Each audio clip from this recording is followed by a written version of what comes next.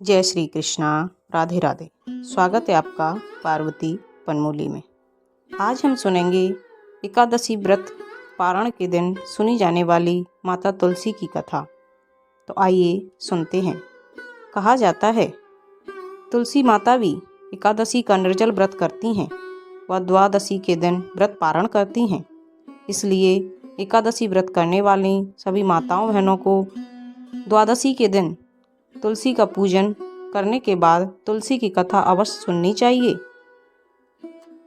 तुलसी का पूजन गंगा स्नान या गंगा पूजन के समान ही माना जाता है। तो आइए सुनते हैं तुलसी माता की कथा। श्रीमद् भागवत पुराण में उनके अवतरण की दिव्य लीला की कथा सुनाई गई है। एक बार भगवान शिव ने अपने तेज को समुद्र में फेंक दिया था। उससे एक महातेजस्वी बालक ने जन्म लिया। यह बालक आगे चलकर जालंधर के नाम से पराक्रमी दैत्य राजा बना। उसकी राजधानी का नाम जालंधर नगरी था। दैत्यराज कालनेमी की कन्या वृंदा का विवाह जालंधर से हुआ। जालंधर महाराक्षस था। अपनी सत्ता के मद में चूर उसने माता लक्ष्मी को पाने की कामना से युद्ध किया, परंतु समुद्र से ही उत्पन्न होने के कारण माता लक्ष्मी ने उसे अपने भाई के रूप में स्वीकार किया। वहां से पराजित होकर वह देवी पार्वती को पाने की लालसा से कैलाश पर्वत पर जा पहुंचा।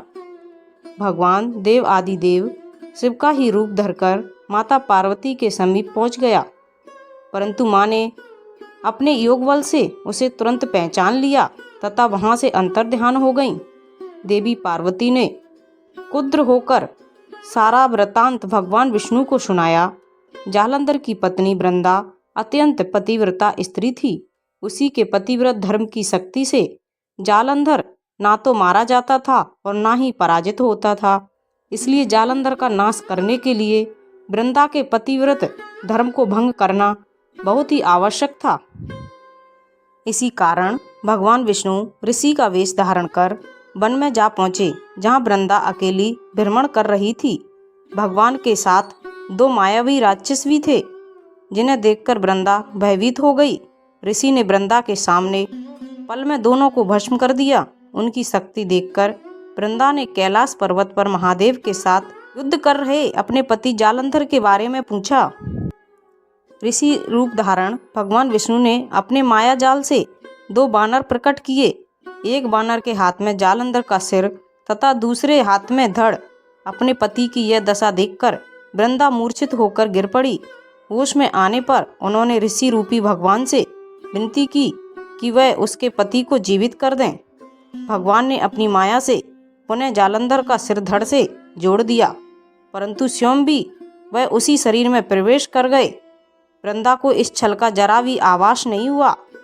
जालंधर बने भगवान के साथ वृंदा पतिव्रता का व्यवहार करने लगी, जिससे उसका सतीत्व भंग हो गया और पतिव्रत धर्म टूट गया। ऐसा होते ही वृंदा का पति जालंधर युद्ध में हार गया। इस सारी लीला का जब वृंदा को पता चला तो उसने क्रोधित होकर भगवान विष्णु को शिला होने का श्राप दे दिया तथा स्वयं सती हो गईं। जहाँ वृंदा भस्म हुई वहाँ तुलसी का पौधा होगा। भगवान विष्णु ने वृंदा से कहा, हे वृंदा, तुम अपने सतीत्व के कारण मुझे लक्ष्मी से भी अधिक प्रिय हो गई हो। अब तुम तुलसी के रूप में सदा मेरे साथ रहोगी। जो भी मनुष्य मेरे शालिग्राम रूप के साथ तुलसी का विवाह करेगा उसे इस लोक और परलोक में यश प्राप्त होगा। जिस घर में तुलसी होती है वहाँ यम के दूत भी असमय नहीं आ सकते। गंगा व नर्मदा के जल में स्नान तथा तुलसी का पूजन बराबर माना जाता है।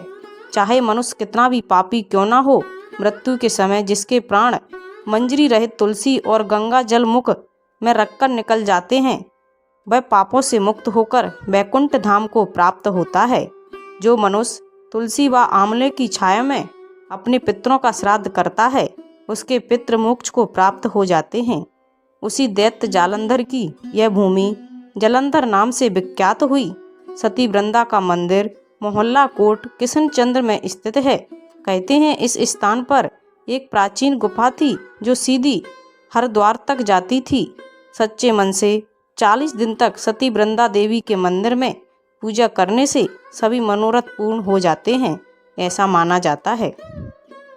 इसलिए कहा जाता है तुलसी माता का नित्य नियम से पूजन करना चाहिए और रोज शाम को गाय के घी का दीपक अवश्य लगाना चाहिए। इससे हमेशा घर में बरकत बनी रहती है और माता लक्ष्मी की कृपा उस घर पर हमेशा बनी रहती है। तो ये थी तुलसी माता की बेहद पुण्य फलदायी व्रत कथा। एकादशी पारण के दिन अवश्य ही सुने, आपको अवश्य ही लाभ होगा।